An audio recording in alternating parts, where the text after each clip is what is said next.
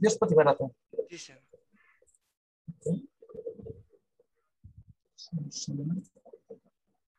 আমি কিন্তু এটার মধ্যেই দিয়ে দিয়েছি রোল 1। আমারটা কি স্যার পেয়েছেন? হ্যাঁ পেয়েছি। তোমরা এই মেইলটাতে আমি একটা মেইল অ্যাড্রেস দিলাম, আমার এই মেইল অ্যাড্রেস মেইল করবো, সেটা অফিসিয়াল তো, ওখানে বেশি মেইল থাকলে সমস্যা হয়ে যায়, রেগুলার চেক করতে হয়। ইমেল অ্যাড্রেসটা দিয়ে দিচ্ছি, এটাতে তোমরা স্টুডেন্ট নাম্বার লিখে ফাইলের উপর স্টুডেন্ট নাম্বার লিখবা বা ইমেলও লিখে দিও। ঠিক আছে? আচ্ছা, তোমাদের একটা ক্লাস টেস্ট হচ্ছে আর এটা হচ্ছে তোমাদের ফার্স্ট অ্যাসাইনমেন্ট, রাইট? জি স্যার। তোমাদের যে স্যার, চারটা হওয়ার কথা, বলো। স্যার ক্লাস টেস্টের ব্যাপারে স্যার নেক্সট সপ্তাহে হচ্ছে আই থিংক মঙ্গল বা বুধবারে কি দেওয়া সম্ভব নেক্সট উইকে? আচ্ছা, তোমাদের তো নেই পরীক্ষা নিচ্ছে অন্যদেরটা, রাইট? আমাদেরটা নেওয়া হয় নাই। নেক্সট উইকে, রাইট? নেক্সট উইকে তাও অসুবিধা নেই, অসুবিধা নেই। আচ্ছা, আমি তোমাদেরকে আরেকটা অ্যাসাইনমেন্ট দিয়ে দিব আজকে, এটা জমা দিবা কবে বলো? স্যার কি মানে লেন্থি একটু নাকি মানে 2-3 পেজ আমি টপিক দিয়ে দিব, ওটার উপর 2 থেকে 3 পেজের মতো লিখতে হবে, এর স্যার বেশি না। আচ্ছা স্যার লিখবো না স্যার কম্পিউটারে? কম্পিউটারে। আচ্ছা স্যার এই সপ্তাহে তো একটা দিচ্ছি, নেক্সট সপ্তাহে তো স্যার সিটি দিচ্ছি, তাহলে যদি স্যার মানে আই থিংক ছোট হয় তাহলে নেক্সট নেক্সট উইকেন্ডে দিয়ে দিতে পারবো আই গেস, মানে সমস্যা হবে না। আমি আমি এখন তোমাদের আমি আজকে ক্লাসটা মেইনলি অ্যাসাইনমেন্ট করবো, বিকজ এটা একটা ওয়েট ক্যারি করবে অ্যাসাইনমেন্টটা। ঠিক আছে, আমি দেখতে পাচ্ছ তোমরা? এখনো স্যার দেখতে পাচ্ছি না, নেটের সমস্যা হচ্ছে। প্রবাবলি একটু ওয়েট করতে হবে।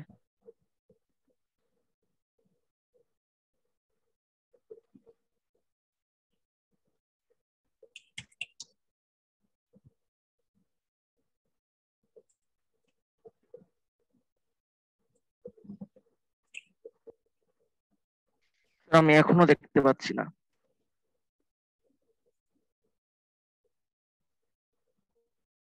শুনতে পাচ্ছ? স্যার শুনতে পাচ্ছি কিন্তু দেখতে পাচ্ছি না। ঠিক আছে, নেটের সমস্যা হচ্ছে।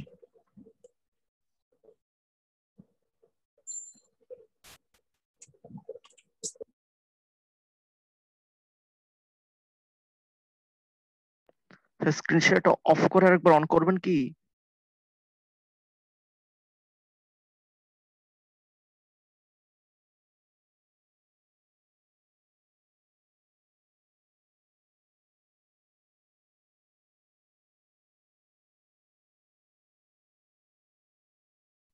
হ্যালো স্যার, আপনি কিছু বলছেন কি? আমি শুনতে পাচ্ছি না। বললে তো শুনতাই।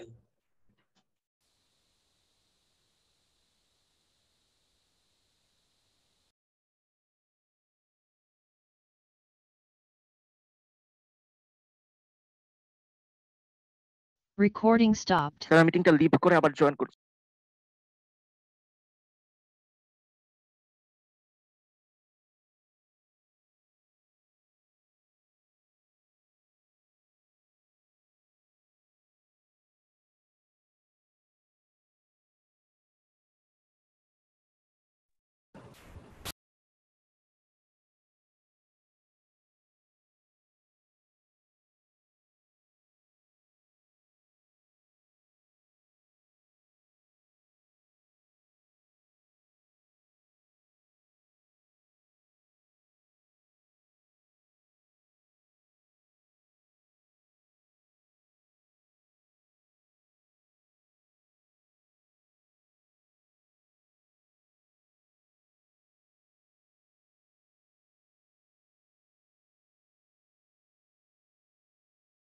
স্যার কি আছেন?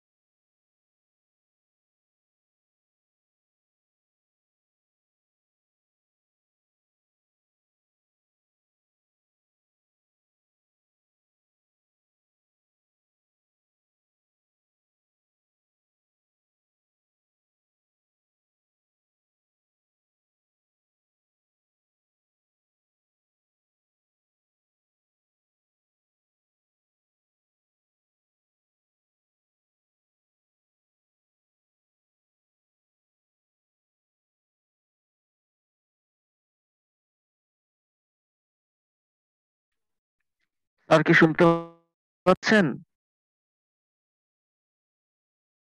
শুনি না, আমরা খালি তোমার কথা শুনতে পাচ্ছি। সুমিত, তোমার কথা শোনা যাচ্ছে না।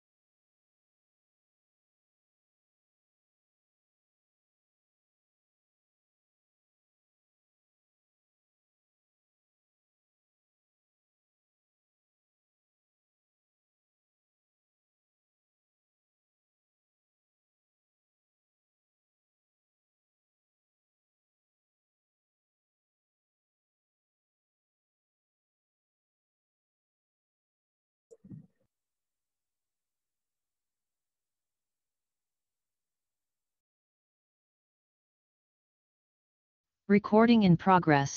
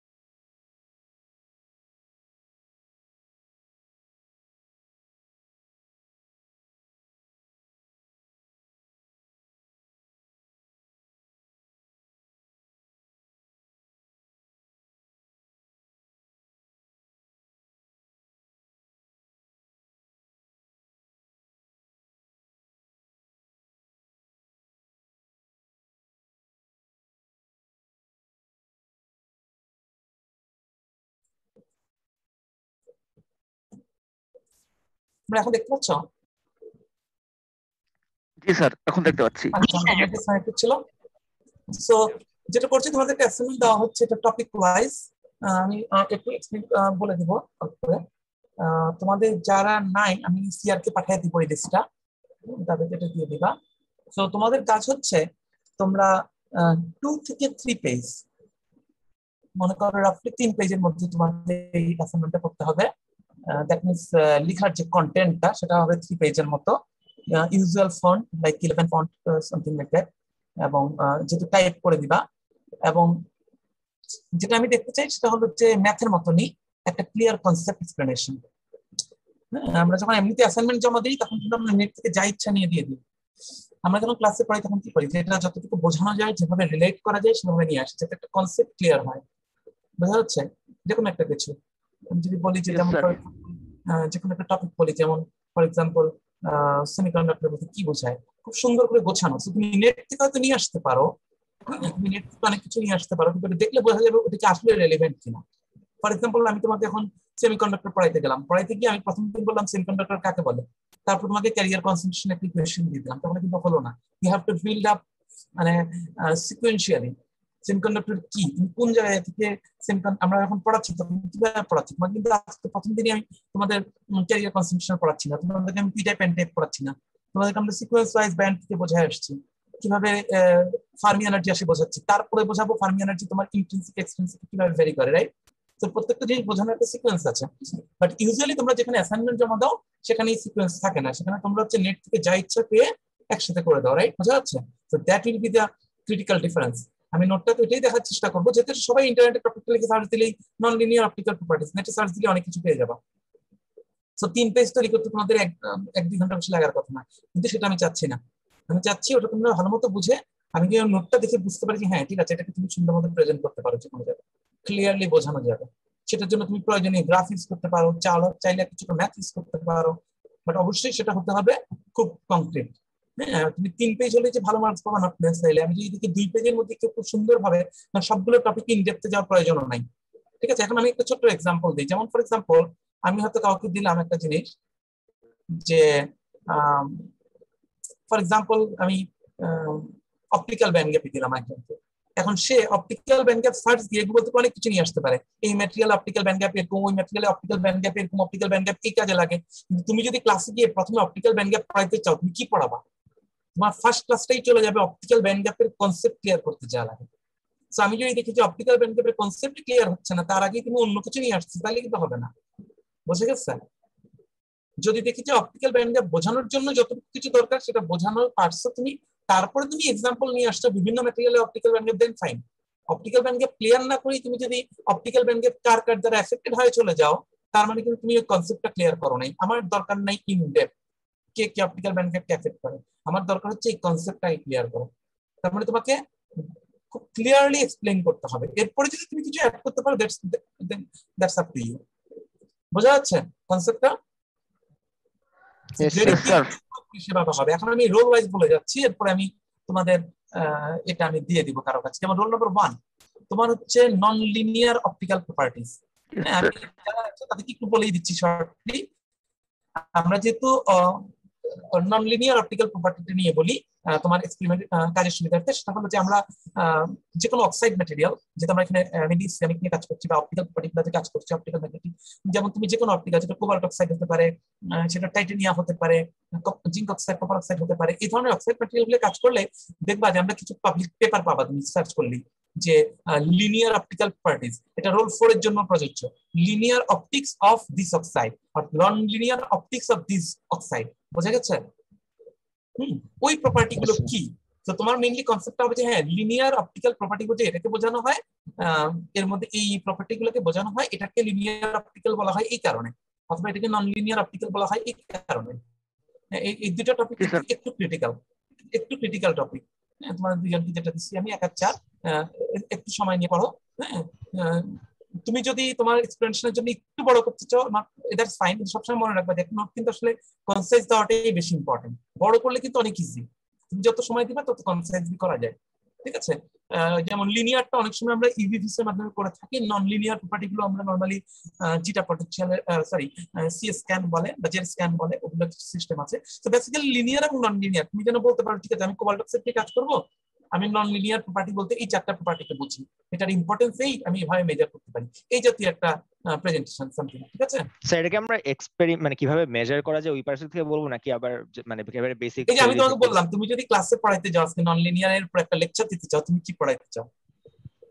যাদেরকে ক্লিয়ার করতে চাও, তোমার ক্লাসকে কনসেপ্ট Yes. ক্লিয়ারের জন্য তুমি চাচ্ছ, কারণ এগুলো তো আসলে ডিফাইন্ড সিলেবাস নাই। আমরা যখন এই যে ক্লাসে তোমাদেরকে পড়াই, হ্যাঁ, তোমরা একটা জিনিস দেখবা যে অনেকেই মনে করতে পারো যে আমরা ক্লাসে পড়াচ্ছি, হ্যাঁ, কতটুকু ইনপুট একটা টিচার দিচ্ছে, তুমি নিজেই তো বই পড়ে শিখতে পারো, রাইট? আমরা যদি তোমাকে সিলেবাস দিয়ে দেই, তুমি নিজেই কিন্তু শিখতে পারো। আমাদের কিন্তু দুইটা কাজ, একটা হচ্ছে তোমাদেরকে শিখানো, আর একটা হচ্ছে এই সিলেবাসটা ডিফাইন করে নিয়ে আসা। আমি যখন তোমাদেরকে ক্লাসে পড়াই দিই, ওই টপিকগুলো তোমরা বই থেকে পড়ছো, সেম কাজটা তোমায় করতে হবে। এই কাজটা কিন্তু ইম্পর্টেন্ট একটা কাজ, যে এমন ভাবে টপিকগুলোকে সিলেক্ট করা যেগুলো নিয়ে ফিউচারও তুমি, যেমন আমি তোমাকে সেমিকন্ডাক্টর পড়াই দিলাম, আমি তোমাকে ইন্ট্রিনসিক এক্সট্রিনসিক পড়াইলাম না বা ডিটেইলে বোঝালাম না, তখন তুমি ওই মেকানিজম দিয়ে ফিউচারে নিজেও কিছু বুঝতে পারবা না। তো নন লিনিয়ারের এমন কিছু জিনিস তুমি দিবা, জাস্ট এক্সপ্লেনেশন গুলো। ফর এক্সাম্পল, রিফ্লেক্টিভ ইন্ডেক্স, এটা একটা লিনিয়ার প্রপার্টি, কেন লিনিয়ার, এটা কি কাজে লাগে? তো ফিউচারে আরেকটা প্রপার্টি ধরলে যে কেউ ইজিলি বুঝতে পারবে লিনিয়ার বলতে কি বোঝায়। হ্যাঁ, তুমি যেটা বলছো কিভাবে নির্ণয় করা যায়, সেটার ইন ডিটেইলে কোনো প্রয়োজন নাই, যতটুকু তুমি চাও। মানে সোজা কথা, এটা হবে একটা ইনডেপথ কম্প্রিহেনসিভ প্রেজেন্টেশন, ঠিক আছে, 3 পেজের মধ্যে। রোল নাম্বার 2 হচ্ছে হল ইফেক্ট। রোল নাম্বার 2 আছো? Yes sir. এটা হচ্ছে হল ইফেক্ট। হল ইফেক্টটা তোমাদের অলরেডি দেখানো হয়েছে। আমি নিজেই যদি বলি, ফর এক্সাম্পল, আমি হল ইফেক্টে যখন পড়াইছি, আমি খুব ক্লিয়ার করে পড়াই নাই, এটা তোমরা বুঝতে পারো। মানে হল ইফেক্ট ক্লিয়ার করে পড়াই নাই বলতে আমি নরমালি যতটা ভিজুয়ালি ফিল, অবজার্ভ বা বোঝার চেষ্টা করি ফিজিক্যালি, হল ইফেক্টটা আমি তোমাদেরকে ততটা ডিটেইলে পড়াই নাই। হল ইফেক্টটা কিন্তু আমি তোমাদেরকে মেইনলি ম্যাথমেটিক্যালি শিখাই গেছি, ঠিক আছে? মানে খুব ছবি দিয়ে স্কেচ করে বা ফিজিক্যালি বোঝার চেষ্টা করি নাই। ওই জিনিসটা হচ্ছে বেশি ইম্পর্টেন্ট। আমি সেই জন্য হল ইফেক্টটা আবারও দিয়েছি, তুমি টাইম নিয়ে দেখতে পারো। রোল নাম্বার 3, এটা হচ্ছে রোল নাম্বার 3 আছো? আচ্ছা, প্রেজেন্টলি এটা পাশে থাকলে ভালো হতো। আচ্ছা, রোল নাম্বার 3 মনে হয় নাই, ওকে দেওয়া হচ্ছে কালার অফ অপটেক ম্যাটেরিয়াল কিভাবে কাজ করে। রোল নাম্বার 4 আছো?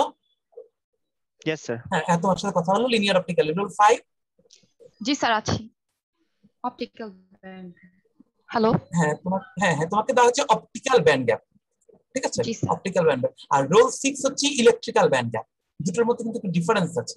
আমরা এখানে যেগুলো দিয়েছি এগুলো আমাদের সাবজেক্ট রিলেভেন্ট, কিন্তু আসলে সবকিছু কিন্তু আমরা সিলেবাসে কভার করতে পারি না। হ্যাঁ, প্রয়োজনে এগুলো আমরা শেয়ার করতে পারি তোমাদের মধ্যে, যে যারটা ইচ্ছা এমনিতে দেখলা কাজে লাগবে। ইলেকট্রিক্যাল ব্যান্ড গ্যাপ এবং অপটিক্যাল ব্যান্ড গ্যাপের মধ্যে কিন্তু তোমরা দেখবে অনেকেই, আমি দেখেছি অনেকে থিসিসের সময় বিভিন্ন জায়গায় কনফ্লিক্ট করে ফেলে ফিউচারে গিয়ে, যে ব্যান্ড গ্যাপটা কি আসলে অপটিক্যাল না ইলেকট্রিক্যাল। হ্যাঁ, আসলে এটার মধ্যে একটা রিলেশন আছে, যে কোথায় কিভাবে অপটিক্যাল হচ্ছে আর কিভাবে ইলেকট্রিক্যাল হচ্ছে, যদিও একই জায়গা থেকে আসছে ব্যালেন্স কন্ডাকশনে, মেজারমেন্ট সিস্টেমে একটু ডিফারেন্স আছে, বা মেজার করার পরে কিভাবে এটা তোমরা আইডেন্টিফাই করবা। রোল নাম্বার 7 আছো? রোল নাম্বার 7 কে দেওয়া হচ্ছে ট্রান্সপারেন্ট ম্যাটেরিয়ালের কালার কিভাবে, মেকানিজমটা, কালার মেকানিজমটা। এগুলো মনে হয় তোমাদের ইন্টারে কিছু ছিল, আমি জানি না, এটা থাকলে তেমন কোনো ইনডেপথ না। Roll number 8? জি স্যার। হ্যাঁ, তোমাকে দেওয়া হচ্ছে রিফ্র্যাক্টিভ ইন্ডেক্স, ঠিক আছে। সো অবশ্যই মেইনলি ওটাই রিফ্র্যাক্টিভ ইন্ডেক্সটা কি, প্রত্যেকটা প্রপার্টি ইন্ডেক্সটা কি, এটার ইফেক্টটা কি, বা এটার ইম্পর্টেন্সটা কি, ইন্ডেক্সটা কি কাজে লাগে। ফর এক্সাম্পল, আমি যদি ব্যান্ড গ্যাপের কথা বলি, অপটিক্যাল ব্যান্ড গ্যাপ ইম্পর্টেন্ট। যে অপটিক্যাল ব্যান্ড গ্যাপ যদি ছোট হয়, তার মানে আমি ভিজুয়াল রেঞ্জের লাইট অ্যাবজর্ব করাতে পারি। অপটিক্যাল ব্যান্ড গ্যাপ যদি হাই হয়, তার মানে ওই ম্যাটেরিয়ালটা ইউভি রেঞ্জে কাজ করতে পারে। অপটিক্যাল ব্যান্ড গ্যাপ যদি ওয়াইড হয়, তার মানে আমরা ওয়াইড স্পেকট্রামের লাইট অ্যাবজর্ব করতে পারি, সানলাইটের একটা ওয়াইড স্পেকট্রাম ইউজ করতে পারি। সো রিফ্লেক্টিভ ইন্ডেক্স বেশি হলে কাজ সুবিধা, কম হলে কি সুবিধা। মোস্ট অফ দ্য টার্গেট আমাদের থাকবে সেমিকন্ডাক্টর ডিভাইস, অক্সাইড, এগুলোর উপর ফোকাস করে রিফ্লেক্টিভ। আর রোল 9 কে দেওয়া হচ্ছে রিফ্র্যাক্টিভ ইন্ডেক্স, রিফ্র্যাকশন থেকে, ঠিক আছে। আচ্ছা, রোল 10? জি স্যার। রোল 10 তোমাকে দেওয়া হচ্ছে পোলারাইজেশন। আইডিয়া আছে পোলারাইজেশন সম্পর্কে? জি স্যার, লাইট পোলারাইজেশন ছিল, পোলারাইজড হয়, রাইট? আমরা 2 ডাইমেনশনাল বা পোলারাইজ বলি। পোলারাইজের 3-4টা মেকানিজম আছে, ঠিক আছে। সেই মেকানিজম গুলো দেখবা কিভাবে পোলারাইজ হয়, পোলারাইজের ইম্পর্টেন্সটা কি। সবসময় মনে রাখবে, ব্যাকলাইট পড়ার সময় এই জিনিসটা কি বোঝায়, ওটা কি কাজে লাগে। আমি খালি ম্যাথমেটিক্যালি 4টা মডেল দিয়ে গেলাম, তাহলে কিন্তু কেউ কিছু বুঝবে না, ঠিক আছে। পোলারাইজেশনটা কি কাজে লাগে এটা। তারপর হচ্ছে ইন্ট্রিনসিক সেমিকন্ডাক্টর এবং এক্সট্রিনসিক সেমিকন্ডাক্টর, রোল 11 এবং 12। জি স্যার। 11, 12 এই দুটো কম্পারেটিভলি একটু ইজি, যেহেতু আমি এগুলো ক্লাসে পড়াচ্ছি। সুন্দর করে দেবা। স্যার, এটার কি ম্যাথমেটিক্স গুলো ইনক্লুড করব, যে NaND ইকুয়াল হবে, তারপর এর মধ্যে ডেনসিটি অফ স্টেট যতটুকু দিয়ে তুমি বোঝাইতে পারো, কিন্তু এমন ক্রিটিক্যাল কিছু নিয়ে এসে না যেটা তুমি প্লেস করতে পারবা না। কারণ সিরিয়াস আমি যদি এক্সটেন্সিভ পড়াই, আমার তো 4-5টা লেকচার লাগবে, রাইট? জি স্যার। আমি তো আসলে 3 পেজে পড়াইতে পারবো না। সো 3 পেজে তুমি সব আনতে পারবা না। যতটুকু তোমার মনে হয় যে ঠিক আছে, ক্যারিয়ার কনসেন্ট্রেশন থেকে এটা বলে ইন্টেন্সিটির ক্ষেত্রে এই দুটো সমান হয়, অথবা ক্যারিয়ার কনফারেন্স। তোমরা যদি চাও আমি বলতে পারি যে ঠিক আছে তোমরা 5 পেজ পর্যন্ত যাও, এর মানে এই না যে কেউ 3 পেজে দিলে আমি তাকে মার্কস কম দিব। কেউ যদি মনে করে যে 3 পেজে টপিকটা কভার হয়ে গেছে ফাইন, তাহলে 3 পেজে দাও, তাহলে আমি 5 পেজ করতে এক্সটেন্ড করি। যদি কেউ মনে করে যে আমার দুটো গ্রাফের জন্য জায়গা হচ্ছে না, বাট 3 পেজে দিলে যে নাম্বার কম পাবা নট নেসেসারিলি। তুমি যদি মনে করো যে তোমার প্রেজেন্টেশন হচ্ছে, হ্যাঁ আমার মনে হচ্ছে যে কারো কোনো টপিকে একটু ঝামেলা হবে, বিশেষ করে এই যে রোল 1 এবং 4 ওদেরও বেশ ইয়া আছে, ডেপথ আছে। সো যদি মনে করো যে 3 পেজে কেউ দিচ্ছ, শুধু শুধু বড় করার প্রয়োজন নাই, তোমরা ওখানেও ফুল মার্কস পেতে পারো। স্যার আমরা যে প্রেজেন্টেশন গুলো তৈরি করব তা আমরা কেমন ধরনের অডিয়েন্সকে মাথায় রেখে দেব? এভারেজ তোমার ক্লাস ওকে স্যার। স্যার এটা প্রেজেন্টেশন করতে নাকি শুধু অ্যাসাইনমেন্ট? শুধু অ্যাসাইনমেন্ট আসলে ইউজুয়ালি এভারেজ স্টুডেন্টকে টার্গেট করেই প্রেজেন্ট করতে হয়। হ্যাঁ, কারণ তুমি যারা খুব শার্প তাদেরকে টার্গেট করে প্রেজেন্ট করো তাহলে এটা আসলে অনেকে বুঝবে না। সো ওভাবেই ইন ডিটেইল আসা উচিত একটা নোট হিসেবে। রোল 13। Yes sir. রোল 13 আচ্ছা, ফটোলুমিনেসেন্স। আমাদের যে কাজগুলো করছি সেখানে আমাদের পিএলটা প্রয়োজন হয়। আমরা ব্যান্ড গ্যাপ ক্যালকুলেট করি, আমরা ডিপ লেভেল এবং ইলেকট্রন হোল কম্বিনেশনের দুইটা মেজার করি আমরা। একটা হচ্ছে ডিপ লেভেলে, একটা হচ্ছে নিয়ার ব্যান্ড এমিশন, একটা হচ্ছে ডিপ ব্যান্ড এমিশন। ঠিক আছে, এই দুইটা আমরা মেজার করি। একটা আমরা ডিরেক্ট ইউভি দিতে পারি, আর একটা পিএল স্পেকট্রোস্কোপি। ফটোলুমিনেসেন্স আমাদের রেলেভেন্ট একটা টপিক, এটা একটু দেখবা। এটা হচ্ছে ডিপ লেভেলে ডিফেক্টের কম্বিনেশনের ফলে এটা হয়, ভ্যাকেন্সি এবং ইন্টারস্টিয়ার গুলো। রোল 14 আছো? রোল 14 এর জন্য হচ্ছে ডাইইলেকট্রিক প্রপার্টিজ, এটা আমরা পরে পড়াবো। Roll 15 insulator. Yes sir. Roll 15 হচ্ছে ইনসুলেটরের উপর দিবা। Roll 16 yes sir.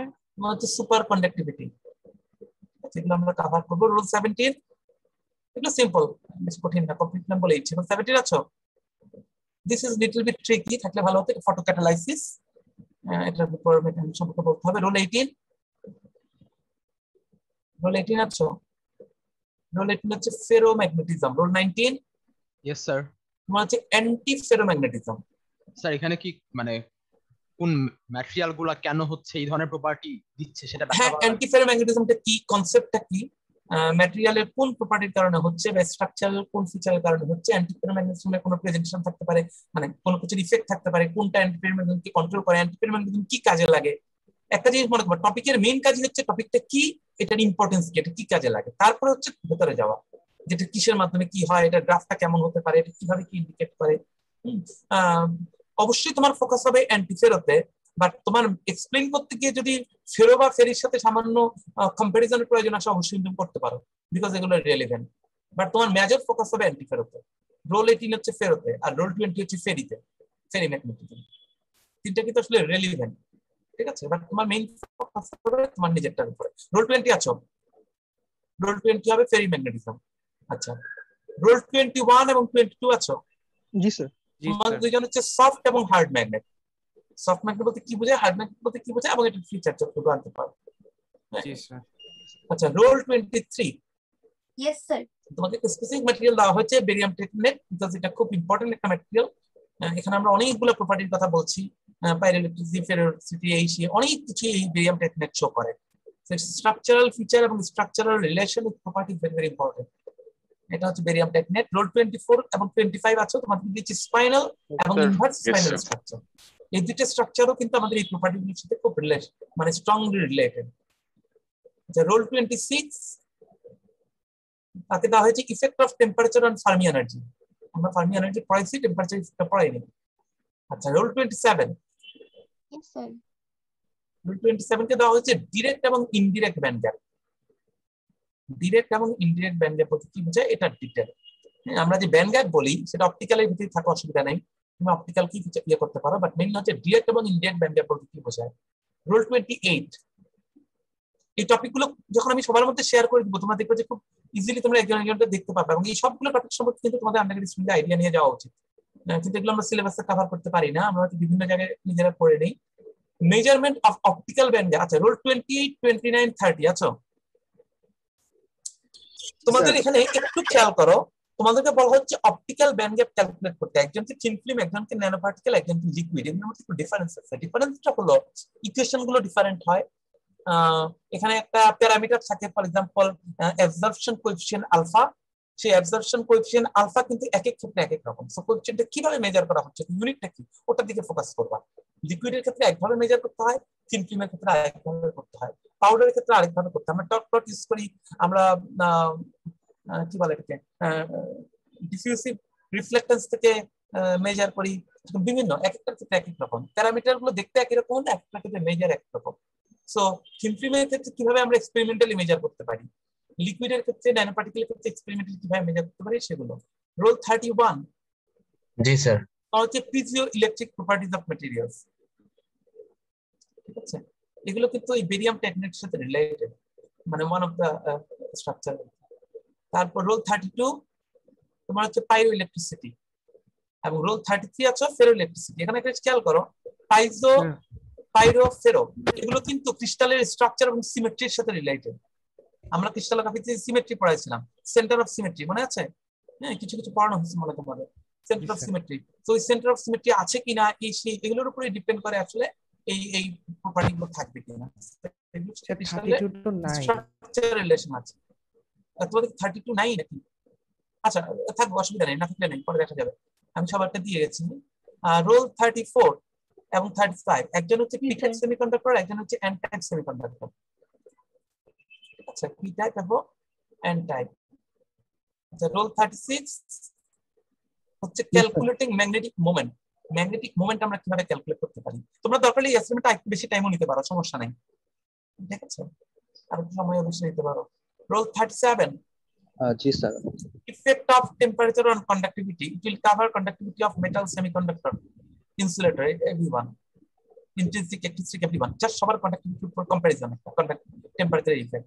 Role 38, 39 এবং 40 এই তিনজনকে দিয়েছি। কার্বন ন্যানোটিউবের ক্ষেত্রে কার্বন ন্যানোটিউবের ইলেকট্রিক্যাল, থার্মাল এবং structural feature. CNT structural feature এটা হচ্ছে বেসিক্যালি যে তার তোমরা পড়তে গেলে দেখবা যে বিভিন্ন শেপ আছে আমাদের, জিগজ্যাগ গুলো, ওগুলোর উপর আমাদের প্রপার্টি গুলো ডিপেন্ড করে। আমরা নরমালি যারা কাজ করি তারা এগুলোর ভেতরে যাই না, বাট ওখানে একদম স্পেসিফিক চেয়ার শেপ, কিভাবে জিগজ্যাগটা গেছে, এগুলো খুব ইম্পর্টেন্ট। তো সেই স্ট্রাকচারাল ফিচারটা প্রপার্টির সাথে কিভাবে রিলেশন আছে, electrical property of CNT, not only যে খুব গুড প্রপার্টি, কেন এই গুড প্রপার্টি, কেন, কিভাবে, স্ট্রাকচারের সাথে relation. Always focus on structure property relationship. ঠিক আছে, যে যেই কারেন্ট সিএনটি ক্যারি করতে পারে, সেই কারেন্ট যদি কোনো মেটাল ক্যারি করতো, মেটাল ভেপোরাইজ হয়ে যেত, কিন্তু সিএনটি হয় না। সিএনটি চার্জ ডেনসিটি অনেক হাই হতে পারে, কিন্তু এরপর সে ভেপোরাইজ হয় না, সে ক্যারি করতে পারে, অন্য ম্যাটেরিয়াল পারে না। Thermal property, thermal stability of CNT. ঠিক সেম তিনটা দিয়েছি রোল 41, 42, 43 কে, যেটা ফর গ্রাফিন, ইলেকট্রিক্যাল, থার্মাল এবং স্ট্রাকচারাল প্রপার্টি গুলো। আচ্ছা, রোল 44, রোল 44 আছে কিনা, এটা হচ্ছে factors controlling optical band gap. Optical band gap কোন কোন ফ্যাক্টর গুলো কন্ট্রোল করে, হতে পারে পার্টিকেল সাইজ, কিভাবে কন্ট্রোল করে, অবশ্যই ডোপিং আছে, এই ধরনের কিছু। রোল 45, রোল 45 হচ্ছে white band gap semiconductor. White band gap কি বোঝায়, কেন এটার ইম্পর্টেন্স কি, what is the mainly significance of this term wide band gap? Narrow band গ্যাপের সাথে এটা ডিফারেন্স কোথায়, কি কারণে এটার ইম্পর্টেন্সটা, আমরা কেন সব জায়গায় এগুলো ইউজ করতে চাই, বিশেষ করে ওয়াইড ব্যান্ড গ্যাপের অ্যাপ্লিকেশন গুলো কি কি এবং কেন। Roll 46, degenerate and non degenerate, degenerate and non degenerate doping. আচ্ছা, আমরা এই দুই ধরনের ডোপিং করি সেমিকন্ডাক্টর, আমি পড়াবো ক্লাসে কিছু কিছু। Roll 47, dia versus paramagnetism. First magnetism, dia, para, ferro, antiferro, ferro. Roll 48, yes sir, হচ্ছে properties of perovskite structure. Properties of perovskite structure, barium টেকনিক হচ্ছে একটা স্পেসিফিক পারস্কাইট স্ট্রাকচার ম্যাটেরিয়াল, আর এটা হচ্ছে জেনারেল ক্লাস, জেনারেল ক্লাসের উপর perovskite structure like spinel investment একটা স্ট্রাকচারের উপর প্রেজেন্ট করব। মানে assignment. Rule 49, effect of temperature on magnetism. সেটা বিভিন্ন ম্যাগনেটিজমে হতে পারে, ফেরোর উপর, ফেরির উপর, অ্যান্টিফেরোর উপর। তোমরা জানো নীল টেম্পারেচার, কুল টেম্পারেচার, ওই টেম্পারেচারগুলো কিভাবে আসে এবং কিভাবে এটা চেঞ্জ হয়, টেম্পারেচার কেন চেঞ্জ করে দেয় মেকানিজমটা। ঠিক আছে। আর 16 ব্যাচের রোল 50 ওকে দিয়েছি রিফ্র্যাকশন নরমাল, 13 ব্যাচের রোল 20 রিফ্লেকশন, 13 ব্যাচের রোল 29 অ্যাবজর্পশন, এন্ড 12 ব্যাচ 47 ট্রান্সমিটেন্স। কারো কোনো কোশ্চেন আছে?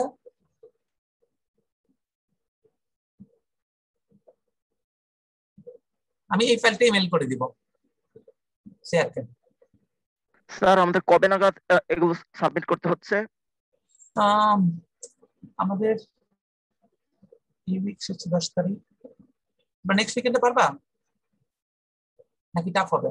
তোমরা নেক্সট উইকে ক্লাস টেস্ট দিবা? জি স্যার, ক্লাস টেস্ট দিলে একটু, আচ্ছা অথবা এমন আচ্ছা হতে পারে স্যার প্রেজেন্টেশন মানে অ্যাসাইনমেন্ট দিলাম, ক্লাস টেস্ট পরেরটা, মানে একটা থাকলে ভালো হয় স্যার নেক্সট উইকে, যে কোনো একটা টাস্ক মানে। আচ্ছা ঠিক আছে। না তোমরা তাহলে এই উইকেন্ডে দিচ্ছ, 10 তারিখের মধ্যে দিচ্ছ, উইকেন্ড মানে থার্সডে, 10 তারিখ রাতের মধ্যে দিচ্ছ তোমরা, বাই ফ্রাইডেই ধরি, হ্যাঁ 11 তারিখ রাতের মধ্যে তোমরা এবারের অ্যাসাইনমেন্টটা দিচ্ছ, তাই তো? জি ওকে। আর নেক্সট উইকে ক্লাস টেস্ট দাও 25 তারিখ, মানে নেক্সট ফ্রাইডে, যেটা 3 উইক, মানে 11 তারিখ 18 তারিখ 25 তারিখ। স্যার কি সিট মানে ক্লাস টেস্ট বললেন নাকি অ্যাসাইনমেন্ট? অ্যাসাইনমেন্টটা 25 তারিখের আচ্ছা মধ্যে। 25 তারিখ, আচ্ছা জি স্যার, ফেয়ার এনাফ। অ্যাসাইনমেন্টটা 25 তারিখের মধ্যে, আর নেক্সট উইকে ক্লাস টেস্ট। তো তোমরা এই উইক তারপরে উইক 3 উইক সময় পাচ্ছ অ্যাসাইনমেন্টের জন্য। তোমরা একবার লিখতে পারো, এটাকে ধীরে ধীরে তোমরা রিভাইজ করতে পারো, তাহলে অ্যাসাইনমেন্টটা সুন্দর হবে। এবং এই যে ফুল নোটটা, যদি একটা ভালো নোট তোমরা ফুল ক্লাস তৈরি করতে পারো, এটা একটা হিউজ ইম্পর্টেন্ট ডকুমেন্ট হবে তোমাদের নিজেদের জন্য। যদি একবার রিডিংও দিতে পারো সবাই সবারটা, অনেক কিছু শিখতে পারবা। ঠিক আছে, ওকে আজকে এই পর্যন্তই, আজকে ক্লাস নিচ্ছি না, তো নেক্সট উইকে ক্লাস নেবো আমরা। আর এটা তাহলে 25 তারিখ, ডেডলাইন গুলো যেন মিট করতে পারো, ঠিক আছে? আচ্ছা সিটি হচ্ছে 18 তারিখ, আর হ্যাঁ, আমাদের CT 4 তারিখ। ম্যাথমেটিক প্রবলেমস 11 তারিখ জমা দিতে হ্যাঁ, হচ্ছে। আর সিটি সিলেবাস হচ্ছে তোমাদের চ্যাপ্টার 6 পর্যন্ত, রাইট? যেটা আগে পড়ানো হয়েছিল, এখন স্যার একটা বাদে কারেন্ট 5 মানে স্যার আপনি বলছেন লেকচার 1 থেকে 5, মানে ওই যে পিডিএফ নাম্বারে লেকচার 1 to 5। ওখানে কি ছিল লেকচারে গেলে দেখতে হবে, 5 নাম্বারটা কি স্যার ফার্মি এনার্জি পর্যন্ত? দেখতে হবে, যখন দেখে বলছিলাম একটা আমি দেখুন দেখতেছি।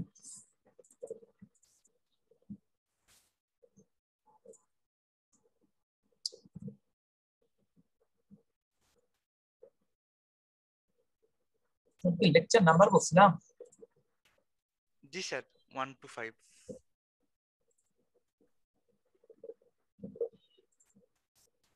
স্যার আমাদের এমই আচ্ছা 3 to কি এর 3 সময় টিমটা থাকলে ভালো হতো। হুম এমই 3 to 3 টিমটা যদি আমরা টিমস ওপেন থাকতো তাহলে প্রবাবলি হ্যাঁ, ভালো হতো। আচ্ছা হ্যাঁ ওটা করে দিব আমি। স্যার মানে সাবমিশন গুলো একটু সহজ রাইট, আচ্ছা হ্যাঁ তোমরা সাবমিশন ওখানেই করতে পারো।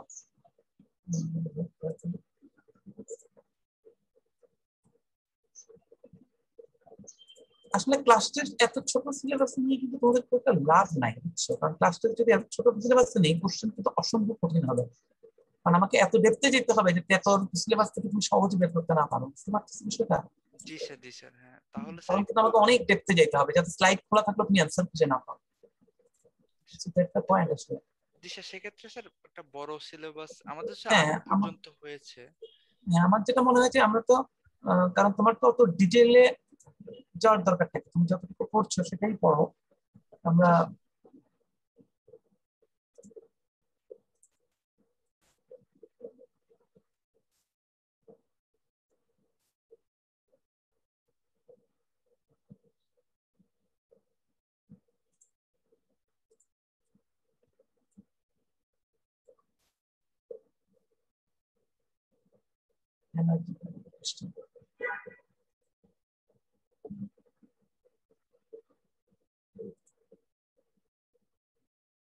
আমরা এখন হচ্ছে তোমাদের চ্যাপ্টার 6 পড়াচ্ছি।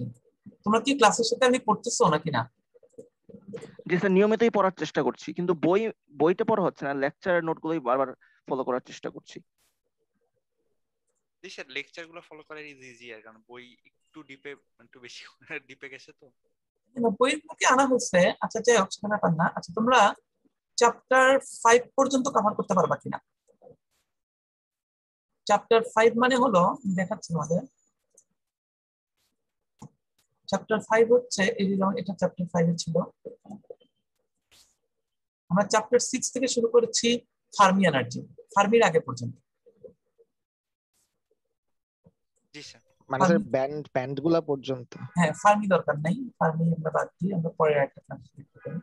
ফার্মির আগে পর্যন্ত চ্যাপ্টার 5 হচ্ছে আমাদের লাস্ট লেকচার ছিল চ্যাপ্টার 5 এর যে এনার্জি ব্যান্ড।